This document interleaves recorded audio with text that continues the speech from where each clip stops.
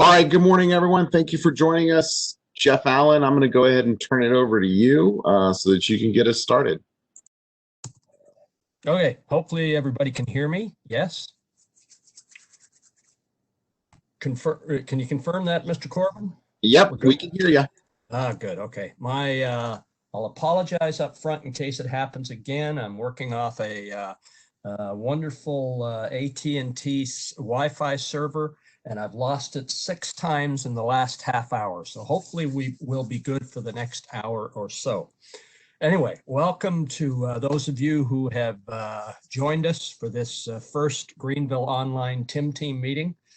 Hopefully we'll be able to get through this and you'll receive some really good information. We've already done one of these in Myrtle Beach 2-3 weeks ago and went very well. We got some really good stuff, and we're going to include some of that information for you today. You can see some of the that first slide. You can see some of the pictures in the lower portion there.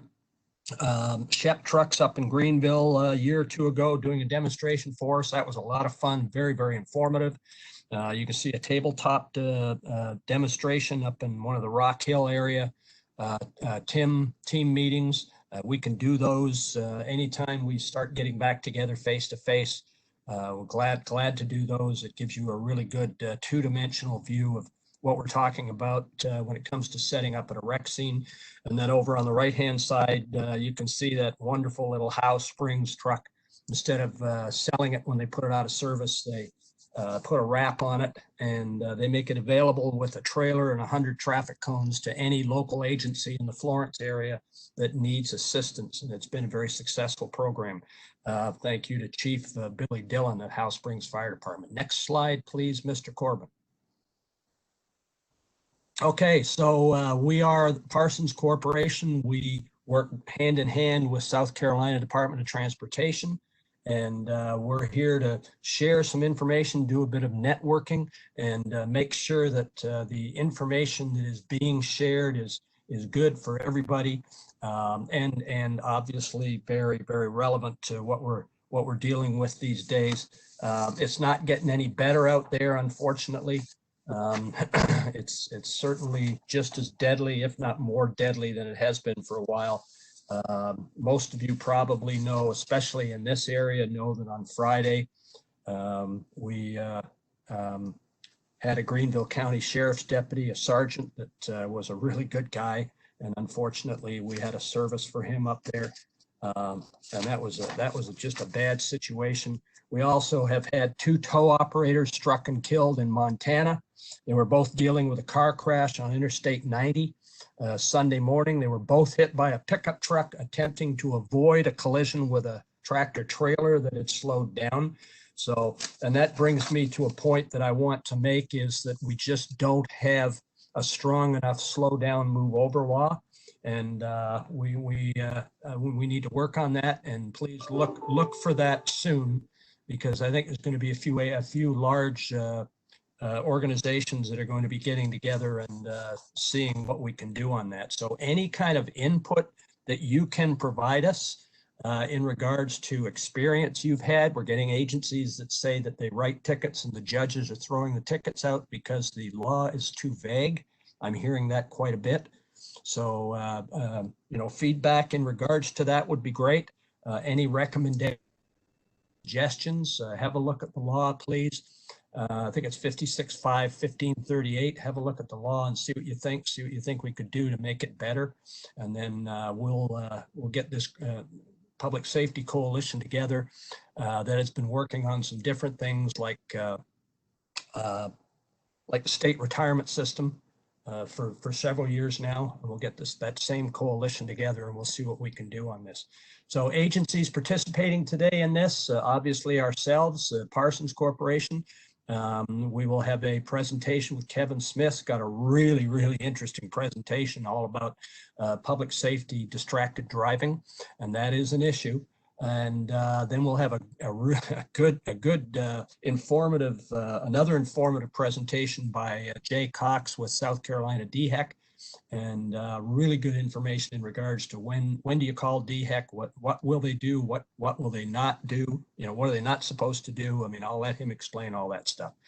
Agencies and disciplines, we encourage you and your people to join these meetings. And if you can get others with either your agency or other agencies in the area to join these meetings, that would be great, because this is just a really good informative networking opportunity for all of us. And that's why these meetings are important.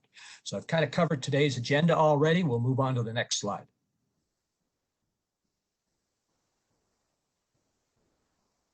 Okay, and these are the disciplines, hopefully, that are involved in these TIM team meetings. As we set up Sharp 2 training around the state, again, we've been active with those as of the 1st of June. We've had some good participation from several of these disciplines, and we encourage people to continue attending the training. It's extremely, extremely important. Next slide, please. We are scheduling Sharp 2 TIM training classes now that we're back to face-to-face classes. We've had quite a few since the 1st of June. I've got another one coming up that's not in the Greenville area. I've got one coming up in a couple of Saturdays. It's up in the Pageland, South Carolina area. And then I have a couple that will be that are scheduled already that will be up in the Greenville Spartanburg area, one hosted by the Croft Fire Department, and another one up there that I'm still getting information on. Haven't confirmed any of the stuff yet, but we are starting to schedule those classes again face to face. We are paying attention to social distancing and masks. I bring a touchless thermometer with me to make sure that everybody's in good shape. But we do encourage you, please, if you go on the sctimnetwork.com, you can see that website listed down on the bottom right-hand corner. You can go on the website and click on the calendar and pick up any training dates that we're scheduling around the state, and getting back in the swing of things. So that's good. And if your agency needs this training or wishes to have this training, please contact me to schedule. We've got to have a minimum of 15 participants, and all disciplines must be invited. Those are the only two parameters that we have with this. I know there is the Spartanburg County Sheriff's Office is putting one together. They've got 6 or 8 new deputies that need to go through it, and they're putting one together, so that'll show up on the calendar pretty soon as well. And you need to register for the meetings or the training on sctimnetwork.com. That's the only way that we know that we have enough people to hold the class.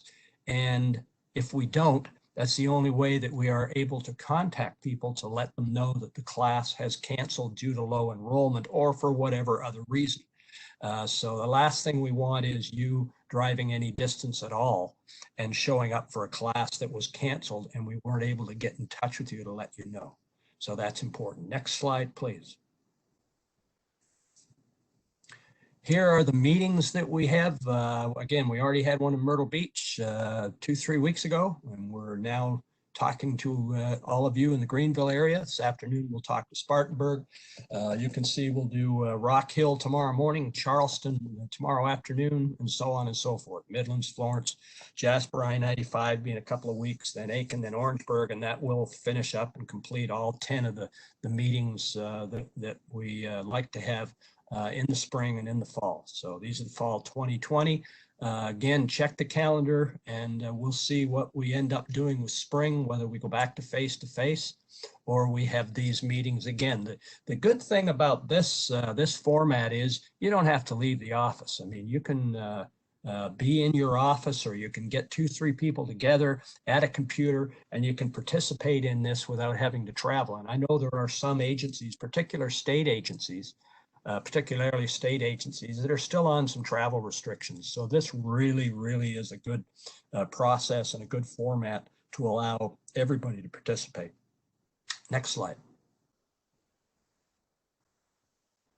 So here's our numbers as of the 5th of October. And the reason why it's the 5th of October and not what's today's date, the 27th, is because that's the last date that we were issued numbers from the Federal Highway Administration. Whenever a class is conducted in the state of South Carolina, that information should come to me, and then I go in the FHWA, the Federal Highway Administration website, and I add the numbers.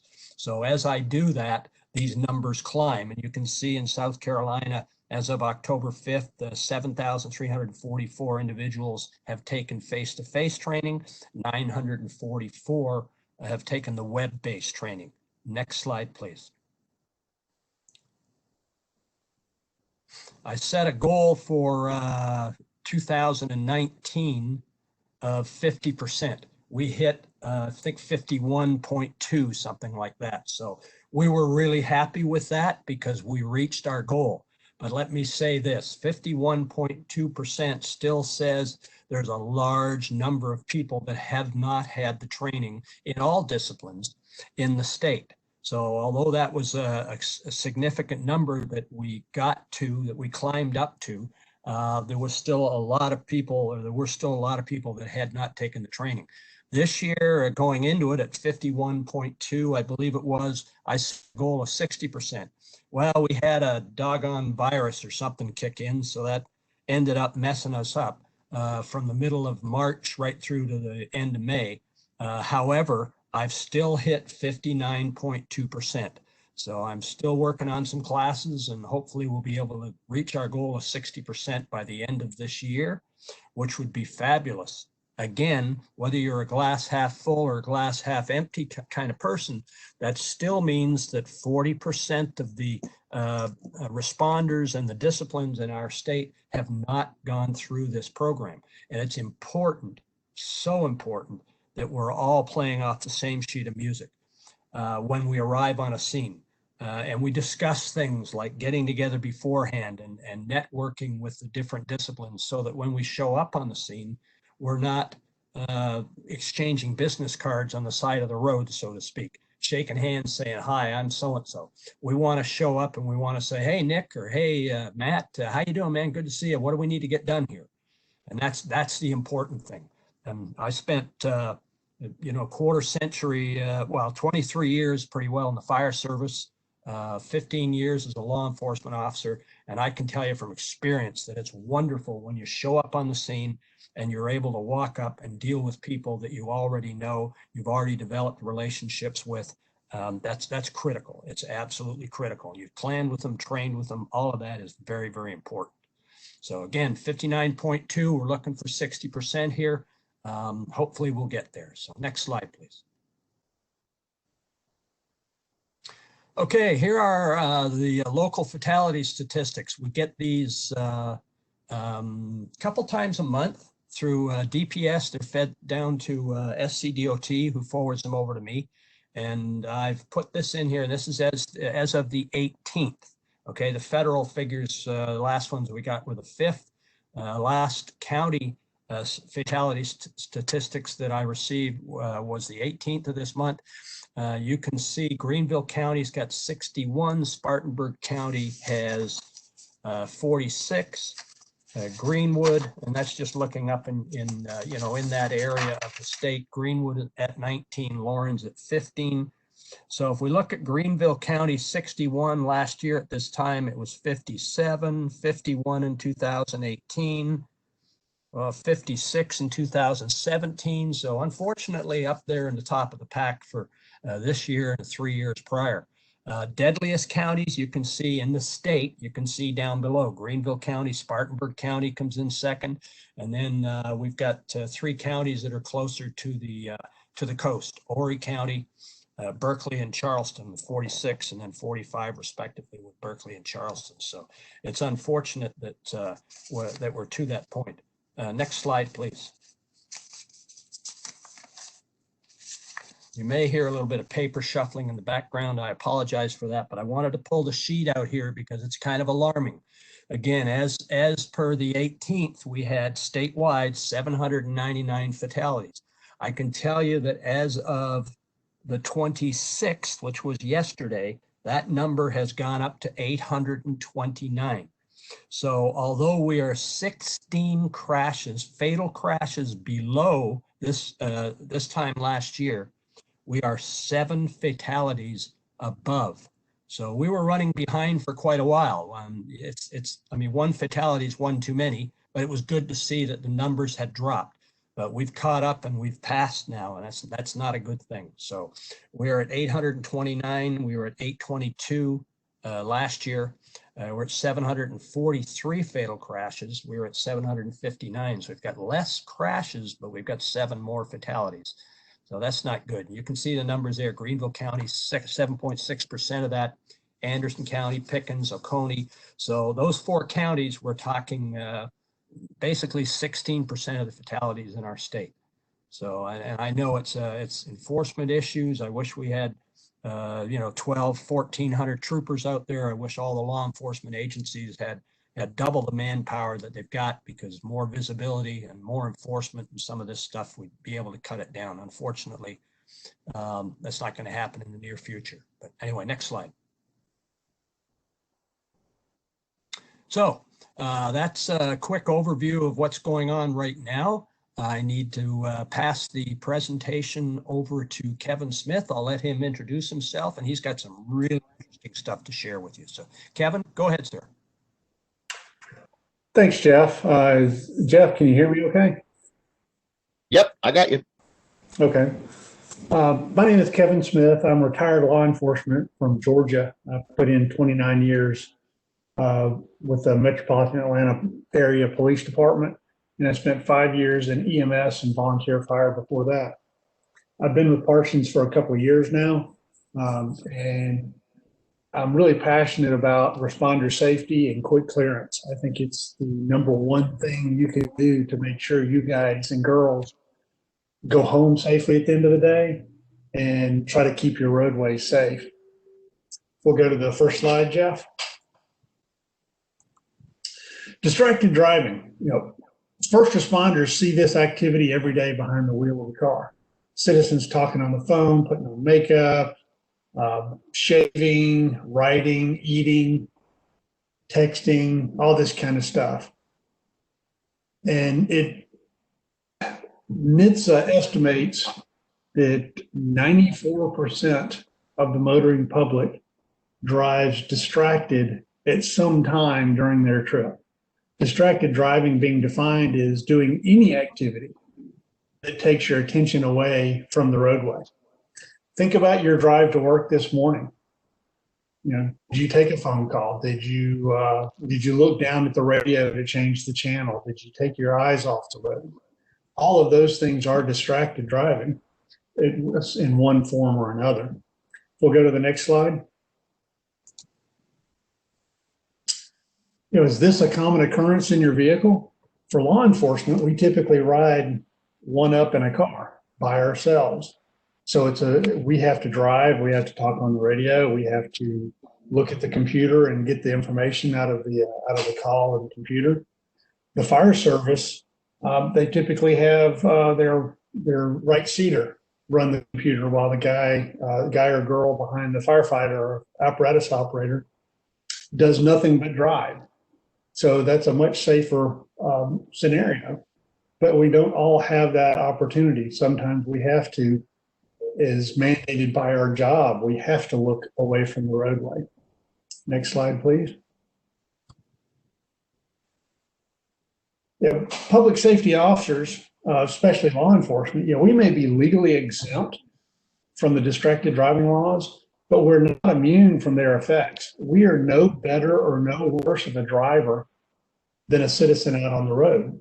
We may have a little bit more training, but we also have a lot more responsibilities, and our job requires us to look at computers and requires us to look at all this stuff.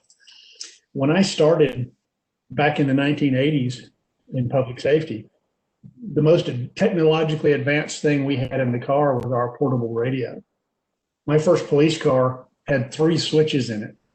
One to turn on the lights, one to turn on the siren, and one to change the siren tone. That was the extent of the controls I had to deal with. Now, police officers, firefighters, and medics, they get into what we would consider a spaceship or a fighter pilot control center when they get behind the wheel. There's so much electronics and so many distractions. It is estimated that 30% or more of public safety crashes involve distracted driving. Matter of fact, Arlington, Texas did a study that we'll talk about in a little bit. It said 30% of their crashes were attributed directly to distracted driving. The officers were looking at a computer or looking at a radar or looking at something other than the roadway. The primary offenders obviously are the laptop and the phones. One of the big things that because the laptop is the primary method of information delivery for just about any public safety service, dispatchers and agencies tend to rely on that. They say, okay, well, we type it in and we send it to the officer and it's right there in front of the officer or the people. If you're the one driving the car and trying to get the lookout on the armed robbery suspect, you don't have time to look at the computer. You need to be looking at the roadway and looking what's going on around you instead of looking at that computer. Remind your dispatchers to work with you. And it's one of the reasons why we want not only boots on the ground, but dispatchers and administrators in these TIM team meetings and SHARP 2 training, is that if an officer asks for information over the radio, give it to them. If it's, if it's pertinent information, if it's urgent information that needs to go out then. We don't want to tie up the frequency in case it needs to be held for emergency traffic. But at the same time, giving a lookout to officers who are in the area, instead of them looking at their computer while their vehicles are moving, I think is a good use of the radio frequency. Next slide, please. One of the things that a lot of states have focused on is hands-free cell phone operation. It's kind of a misnomer because years ago, National Institutes of Health, NHTSA, and all the other agencies who do the safety studies used to do the study with a handheld device and with a hands-free device as far as distracted to see which was worse. Almost 100% of their studies showed that the hands-free versus handheld, there really wasn't any more than one standard deviation in a statistical sense between the two. That whether you're talking on the phone hands-free or whether you're talking on the phone with it held up to your hand, you are just as distracted. And when you're distracted, your field of vision decreases. One of the physiological things about humans is that people say, well, I can multitask. Well, you can multitask to a certain extent, but your brain can only process so much information at a time. And when it gets conflicting signals, it prioritizes those signals. And I think it goes back to caveman days, but auditory signals take precedence over visual signals. So that if you are talking on the phone and trying to look and pay attention to something out on the roadway, your phone conversation tends to take precedence. I think it goes back to, it was more important for the caveman to hear that saber-toothed tiger before he saw it, because by the time he saw that saber-toothed tiger, he was dead. So you can see in this graphic right here that a driver not talking on the phone or not carrying on a conversation in the car with the passenger sees a certain amount out the front windshield. If you look to the right where someone is distracted by a GPS or talking on the phone or texting, you see that their field of vision is significantly narrowed. It's probably 40% of what a non-distracted driver would see out of the window. And so that's why it's really important that we pay attention to what's going on around us outside of that car or outside of that vehicle. Next slide. This next slide is a video of a bicyclist who had on a helmet cam. He pulls up and he's sitting there, he's looking at the What the fuck are you looking at your phone, officer? And a peculiar Missouri police officer was coming down the road to make a left-hand turn. I'm not going to get into the fact that the bicyclist crossed over the stop bar and was actually out into the intersection. But the officer, in making his turn, was looking at his phone instead of paying attention to what was going on outside of his vehicle. And he turned directly into the path. I mean, the bicyclist was sitting still. He turned directly into that bicyclist and hit the bicyclist, even though he'd been sitting at that position for the last 10 seconds or so before the officer came through there. We as first responders, we see these types of crashes all the time, but it's really bad when we're the vehicle at fault in these crashes. This next video you're going to see is a video about a state trooper who hit and killed 2 girls while distracted driving. Okay, Jeff.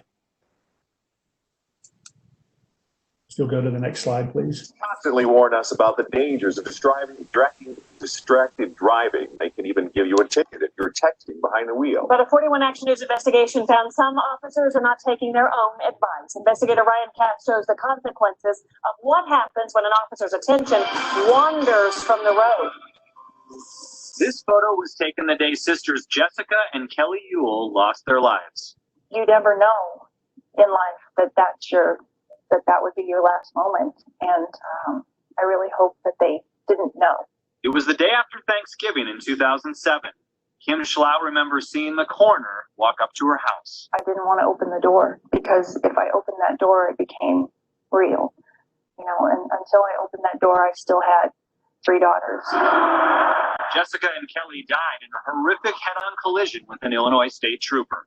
He literally drove through the top of their car. The trooper was responding to a car crash in the St. Louis area. Court records show he was driving 126 miles per hour, talking to his girlfriend on a cell phone, and emailing for directions on his computer when he lost control of the car. On so many levels, this crash was preventable. An extreme and tragic example.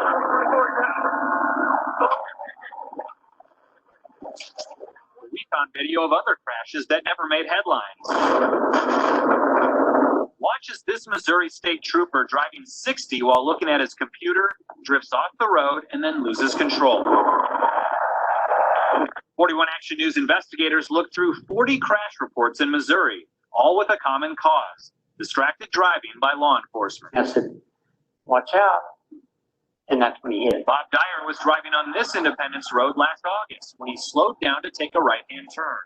The police officer driving behind him never even hit the brakes. Bob's head smashed the back window of his truck. He says, I'm so sorry. He says, I was looking at my computer. We read similar stories all over the state. Officers getting into wrecks because of distraction. And just listen to the close call a sheriff's deputy had last year. He was on the phone and approaching a railroad crossing in rural Johnson County, Missouri. He says he didn't see or hear the train coming until the very last second when he slammed on the brakes. The train collided with the bumper on the deputy's car and actually spun it around so it was parallel with the train tracks. That deputy just a couple of feet away from losing his life. We found distraction is cited as the main cause in an average of 3 police crashes every month. Yeah, it's very easy to get distracted. Sergeant Andy Coates, a state patrol veteran of 17 years, admits there's a lot competing for his attention these days. On a black Ford Taurus. Along with the radio, there are lights and sirens, radar technology, and most of all, the laptop sitting right next to the wheel. Officers are wrecking squad cars all over the country because they're distracted, because they're focused on something else. It's such a problem that Keith Wenzel, a longtime sergeant with the Dallas Police Department, now leads a crash course in distracted driving. From fender benders to serious wrecks. His message to officers: you can't divide your focus between computers and the road. You may get complacent in what you do and realize, well, I could do all these things and still maintain control of my vehicle, when the reality is that you can't. Police constantly warn us about the dangers of distracted driving. Okay, as you can see from that video, public safety people are not exempt from the effects of trying to multitask and trying to do things other than drive your vehicle. We talk about it, and we public safety announcements and so forth, but we think because we're public safety that we can do it and the citizens can't. We can never remember that we are the citizens, and we get our authority to do our jobs through those same citizens that we provide services for. It's it's just as simple as that. We're not any better or any worse than the people that we're out there trying to serve. We need to try to do our best to cause no harm. Jeff, if you will, skip the next video and go to the last video.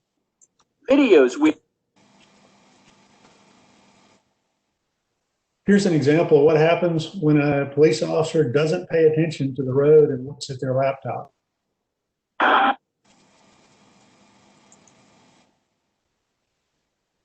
That was me. I was having a really bad day. I was running way behind, and think about all the different things that go into a bad day. I was trying to get a bunch accomplished. I had a bunch of stuff that I was having to do for work. I was trying to get some schedules done. And so I was trying to make up, quote unquote, make up some time by getting some work done on the laptop while I was in stop and go traffic. Well, when you look away, I just need to finish this. Take 2 seconds to finish this. Well, that 2 seconds is all it takes while you're accelerating to total a brand new Cadillac. Fortunately, she wasn't hurt very, she went to the hospital and she had injuries, but she wasn't hurt very bad. And it is a lawsuit that the city settled on my behalf. But I'm telling you, nothing is worth that. We go every day to try to make things better, not worse. Suggestions to try to prevent a crash: use the radio. It may be old school technology, but use it. Close that laptop lid, make it less appealing while it's sitting there in the car next to you. There is technology out there, GPS-based technology, that if the car is moving, you can read what's on your screen, but you can't manipulate the screen or change the screen. I highly recommend that to make that laptop less appealing. If you've got to use the laptop, if you've got to send a message, if you've got to do this type of thing, pull over to the side of the road. It's as simple as that. It's just not worth it.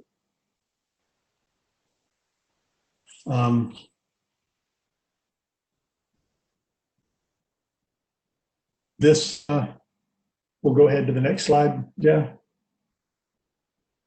October the National Safety Council changed it from April to October 2020 is Distracted Driving Awareness Month.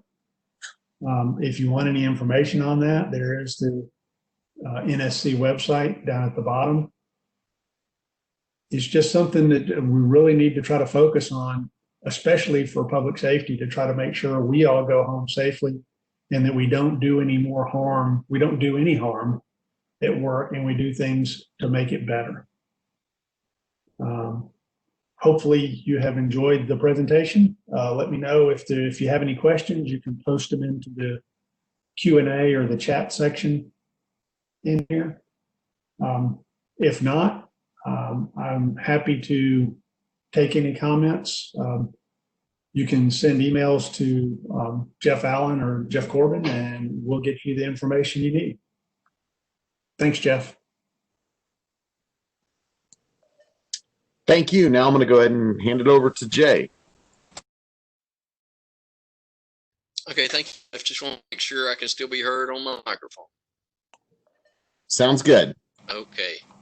All right. Thank you again for a chance to present this information. I am Jay Cox. I with the South Carolina Department of Health and Environmental Control. I'm out of the Myrtle Beach office. We basically worked Horry, Georgetown, and Williamsburg County as our area.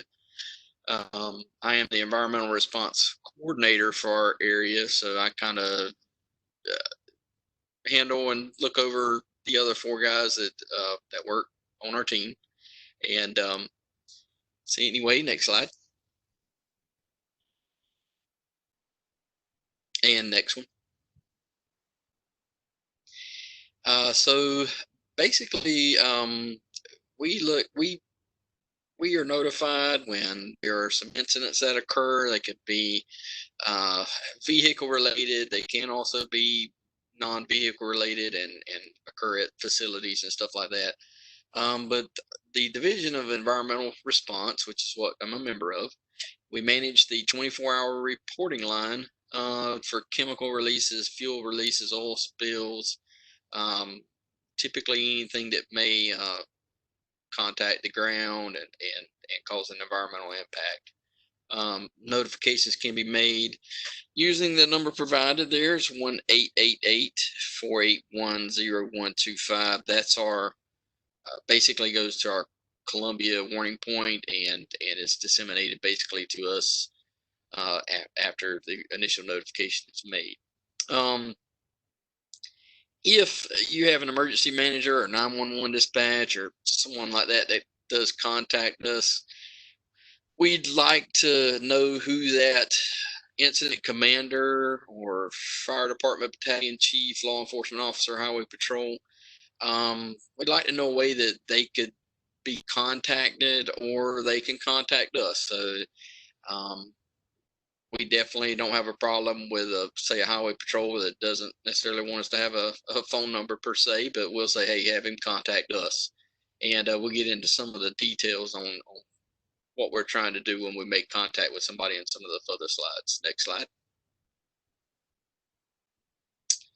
So our on-scene coordinator, we typically call that a regional on-scene coordinator, ROSC. Once somebody is on call with us, we have 5 members, and I'm actually on call right now. And then, so I am the regional on-scene coordinator during my on-call week. And then the person that takes it over from me will be the regional on-scene coordinator while they're on call.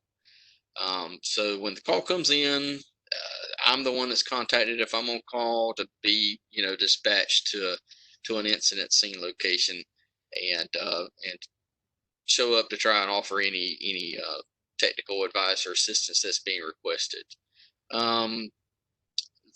I would be the one that would request any further resources through the state if needed, and we typically won't know that until we get to the scene, see what the situation is, whether it be other staff or other testing equipment that might be needed, or information, anything of that nature. I would typically go back to my central office duty officer and notify of some further resources that I may need.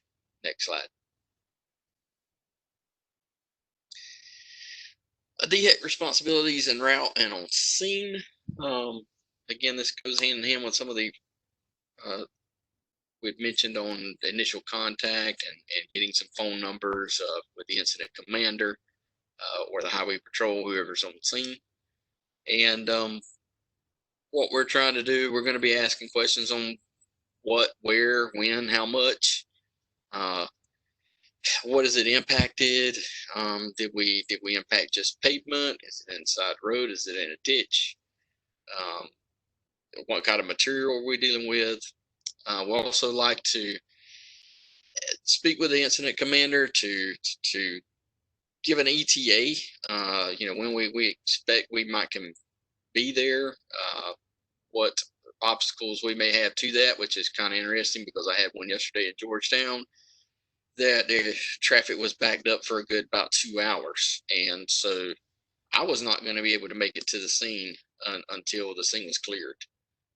So in that case, me and the incident commander basically swapped text and phone. It sent me pictures over his phone to show me kind of what was going on so we could make decisions that way until I could effectively get there to the scene and work with the cleanup contractor that was en route. It's also coordinate with the responsible party. So that would be the person that's basically responsible for the spill, whether that's a trucking company or a facility or a material owner. And we're basically going to be contacting them to initiate any cleanup of the material that's been spilled, any remediation that needs to be done in that area where any contamination was impacted any soil or any other environmental areas. Next slide. Continuation of our responsibilities on scene. Again, ensure any environmental releases are controlled at the source, contained, and cleaned up appropriately. So did a saddle tank rupture? Did it completely release all its contents, or is it just a puncture on the top? And if we turn or get the truck routed in a certain manner, does that release stop? Is it in a ditch? Is it going straight to a storm drain?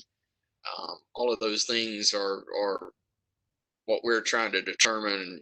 Needs to be an effective response by that RP to control, get it contained, and effectively clean up the scene.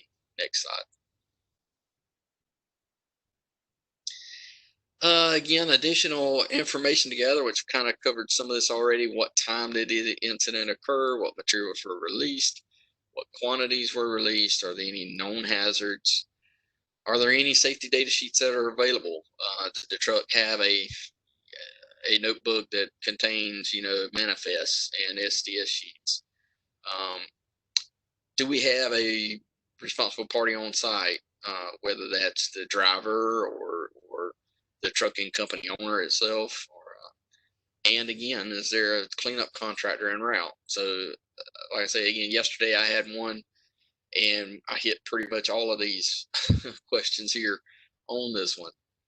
Turned out to be not quite as bad as it could have been, but again, I worked with the RP to see if they had a contractor en route, and met with them on site to get information on what they were going to do for the cleanup. Next slide. Some more additional information. Again, extent, volume, impacted areas. Is it going to be a ditch? Is it going to go straight to a river? Is it going to go straight to a stream? Is it just on the highway, on asphalt? Things of that nature. If we do have an RP on site, we're going to be trying to get in touch with that safety or that environmental person that works with them, and get any information we can on what contractor they may use. Make sure we had correct information for them, and then of course we're going to be talking with them to say, here's what happened, and there needs to be an effective cleanup done on this area where this incident occurred. So next slide. So if we don't have a responsible party that's there at site that the incident occurred, we will use whatever we can to try and find that information out. Again, my incident I had yesterday had a lot of this stuff. So we're looking for driver information. That actually will sometimes be from the highway patrol. I did get the information from the highway patrol and the trucking company, and also with the battalion chief that was on the scene. He was able to send me pictures of the phone number for the trucking company from the side of the truck. If we're running out of information like that, we can't find that, we can also use any of the USDOT numbers that may be available on the truck. We use some apps on our phone that can help with that as well. Again, license plate and going back with the highway patrol and trying to determine that responsible party for that vehicle. And we can also go back, I mentioned this earlier, our CODO, that's our central office duty officer. We can reach back out to them and say, hey, I've got this information. What much, how much more can you assist me with, or can you track down a corporate office or a safety and environment person with this company? Next slide. So DEAC responsibilities for cleanup. We are basically looking at the incident from an environmental aspect, and we're basically there to see the environmental releases are properly disposed of, they're treated correctly and safely, and taken to a proper disposal facility. We verify that with so we're asking for information on how this material was shipped, where it was taken for final disposal, and we want that information back from them, any kind of receipts or anything that they get from a landfill, any manifest that they've had to fill out. So we're asking for that information back from them, and identifying any receptors that could be impacted. Again, this is the creeks, the waterways, the streams, ponds. Is it just in a ditch? And any kind of follow-up that we need for any kind of testing. If there's been a very large spill or something, there may need to be more than one cleanup. So that's basically what we're doing. We're in there to ensure that that responsible party is taking care of those items. Next slide. So what we're not responsible for. So we don't initiate evacuation. We don't do traffic control. The highway patrol or local law enforcement does that. Again, my incident I had yesterday, it was on the side of the highway, and they had to actually ask the highway patrol come in. He put out cones, and we basically blocked the right-hand lane. It's a 4-lane highway, so we were on the southbound lane, and he basically set up cones on the far right lane and did a left block on that lane with cones. So we don't do traffic control. We don't do medical services. We don't do the public safety side. So we leave that to the fire marshal, or again, the highway patrol, the county, as far as their determination of is the scene safe or not in that respect. Roadside cleanup contractor must coordinate roadside cleanup with state or county DOT for traffic safety. So basically this cleanup contractor that I had yesterday did just that. And they contacted highway patrol, and highway patrol came out and did some traffic control for them. Next slide. So this goes just some examples of what we might see, and what a first responder on the scene might see, and just to give some visual references of what we kind of deal with. So this is some chemical releases. Next slide. As you can see, we do deal a pretty good bit with tractor trailers and 18-wheelers, and you'll have barrels, and some will be released, some not, some punctured. We're going to be looking for that manifest and all of those safety data sheets in this type of situation to determine if the material is hazardous or not, what kind of environmental impact it may have based on what kind of material it is, and that will a lot of times determine the response and what the cleanup contractor will have to do, and the responsible party will have to do for the cleanup. Next slide. Fuel releases, we see a lot of these. They probably make up a good majority of the ones that I deal with. So next slide. And we have a overturned truck, again, 18-wheeler, tractor trailer, something of that type. They were punctured. Many times their saddle tanks can vary from 75 gallons to 50 gallons, and we will want to typically know if that tank was full, if it was half full, to the best of the driver's knowledge, how much fuel we might be dealing with in a spill. Next slide. And again, there's your saddle tank puncture that we probably deal mostly with in the majority of our calls. Next slide. Response actions. So they move the vehicle. Then we kind of determine and assess, where's the impact at? Is it on pavement predominantly? Is it pavement and soil, all on soil, in a ditch? And that's where we start to work on how, the cleanup can proceed at that point. Next slide. So what about fuel on the road? Sand can be used, oil dry, dirt. That's kind of an immediate emergency type. Let's get it down so it doesn't kind of leave this area. We can kind of contain it. Then that material can usually be removed and disposed of properly. Which I had a gas station that had a spill a couple of weeks ago, and the county came in, DOT put out sand. There was a lot of sand to remove after the incident, but that effectively contained that fuel in that sand, and they were able to clean up. Contractor was able to pick that up fairly and get that up fairly easily, and basically just deal with the sand at that point. Next slide. So other response actions, removal of roadside fuel contamination. So once they're kind of determined how much of the soil may have been impacted, needs to be removed, they can typically put that in drums or nice garbage bags that are thick enough that can handle the material being placed in it. They can remove that. If there's a lot of fuel, they can bring in a vac truck to try and vacuum up any of that large liquid amount that can't be got up any other way. Next slide. Some issues related to cleanup. An issue to contend with: who cleans up the sand if DOT puts it down?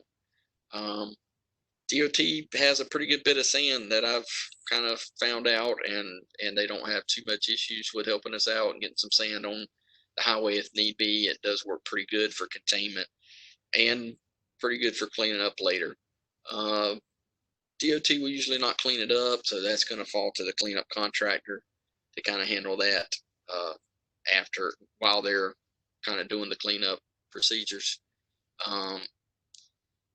Fuel can be on the pavement sometimes, and we're not able to recover it. So in that times, we may have to leave it in place if it's not a very large spill.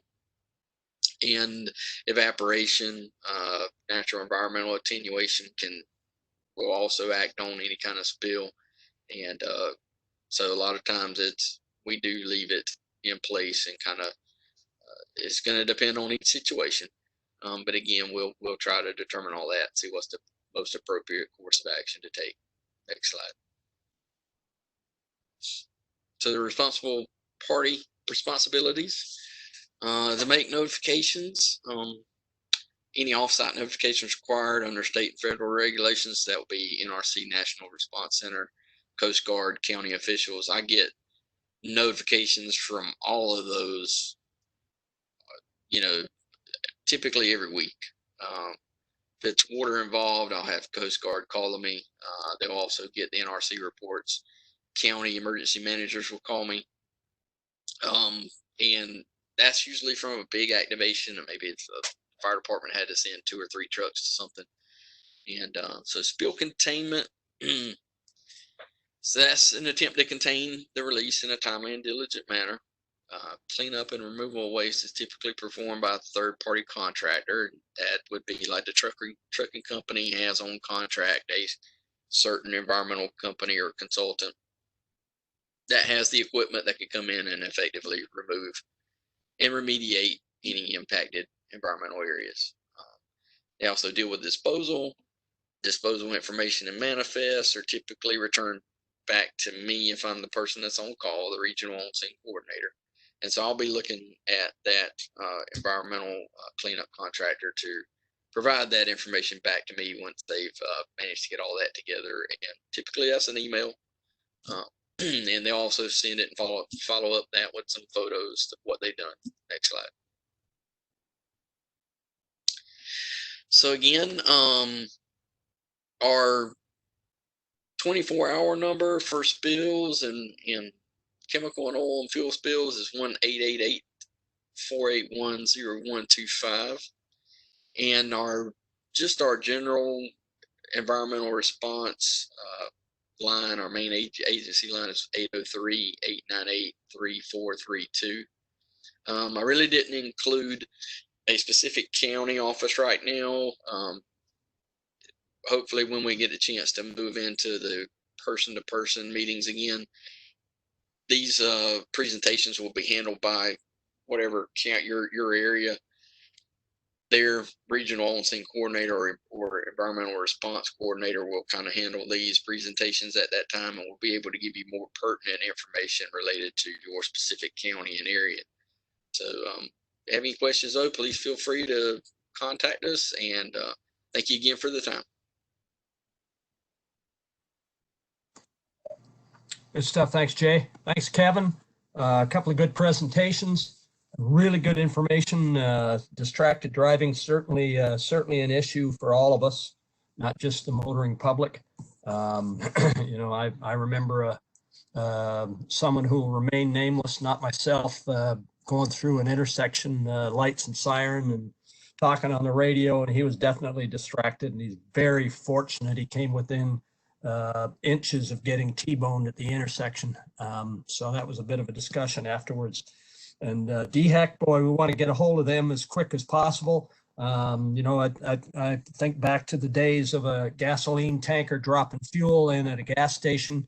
Those of you that know the I-26 in Piney Grove is a big gas station right next to that intersection. And the guy did what it's illegal for him to do. He went inside and bought a cup of coffee and a hot dog, and his automatic shutoffs didn't work. And he dumped hundreds of gallons of fuel into a storm drain. And we found out very quickly the retention pond was underneath I-26, underneath the Piney Grove Road overpass. So that was a real pucker factor for a few hours until we could get that situation looked after. Anyway, lots of fun. We need to get a hold of these people. Everybody needs to work together and make sure that we mitigate these issues quickly.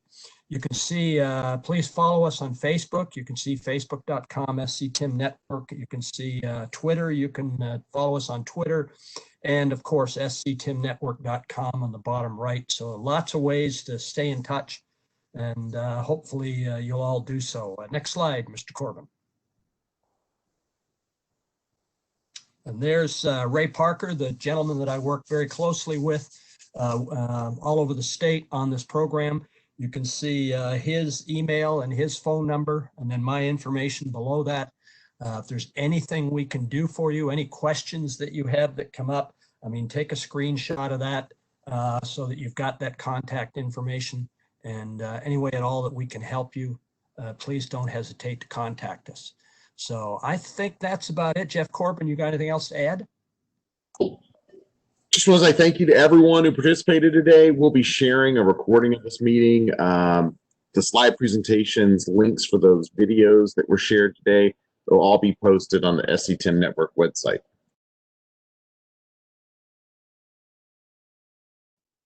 Good stuff. Okay, thanks. Thanks for those of us, or those of you that joined us today, and thank you to the other presenters. And everybody have a great day and stay safe. We want to talk to you, not about you. So bye for now.